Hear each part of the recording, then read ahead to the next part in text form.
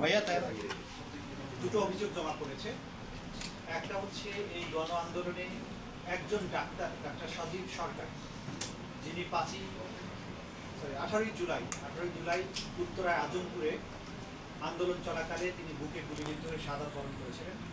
একটা গুলি তার বুকের বাম পাশে ভেদ করে পিঠ দিয়ে বের হয়ে চলে যায়। তিনি ডাক্তার ছিলেন। তাকে তাৎক্ষণিকভাবে উত্তরা আধুনিক মেডিকেল কলেজ হসপিটালে ভর্তি করা হয়। তার কাছে একটা ফোন ছিল, তার কোনো এক বন্ধু সেই ফোনে কল করার পরে সেই হসপিটাল থেকে বলা হয় যে তিনি আহত অবস্থায় হসপিটালে আছেন। তখন ডাক্তার সজীব সরকারের ছোট বোন স্বর্ণা আমাদের সাথে আজকে এখানে উপস্থিত আছে। মিজান ভাই অডিও পাচ্ছেন সে একটু তার ভাইয়ের লাশটা আইডেন্টিফাই করে এবং দেখতে পায় যে সে বুকের মাঝখানে গুলিবিদ্ধ, তখন সে শাহাদাত বরণ করেছে। পরবর্তী সময়ে সেখান থেকে লাশ নিয়ে গিয়ে তারা পারিবারিকভাবে দাফন করতে বাধ্য হন, কারণ কোনো পোস্টমর্টেম করার সুযোগ ছিল না।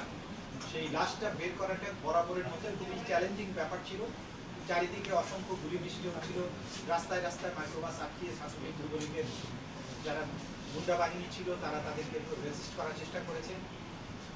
এই অবস্থার মধ্যে দিয়ে তারা লাশ পারিবারিকভাবে নিয়ে দাফন করে। সেইটার জন্য আজকে ওনারা এখানে মামলাটা দায়ের করেছেন, অভিযোগ দায়ের করেছেন।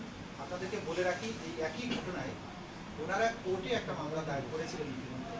পরবর্তী সময় ওনারা যখন জানতে পারেন যে যেহেতু এই অপরাধগুলোর বিচার সাধারণ আদালতে হবে না, সেই কারণে ওনারা পুরো অভিযোগটা আবার এই প্রসিকিউশনের কাছে জমা দিয়েছেন।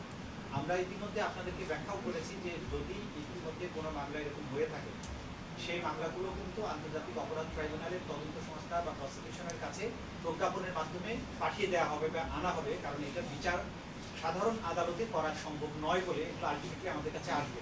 এই বিবেচনা থেকেই ওনারা এটা এখানে দায়ের করেছেন, সেটা আমরা আজকে গ্রহণ করছি।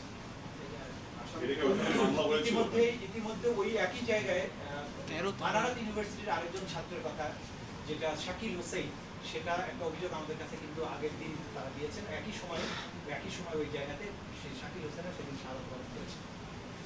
এটা হচ্ছে ডাক্তার সজীব সরকার সংক্রান্ত অভিযোগ। দ্বিতীয় আরেকটি অভিযোগ আজকে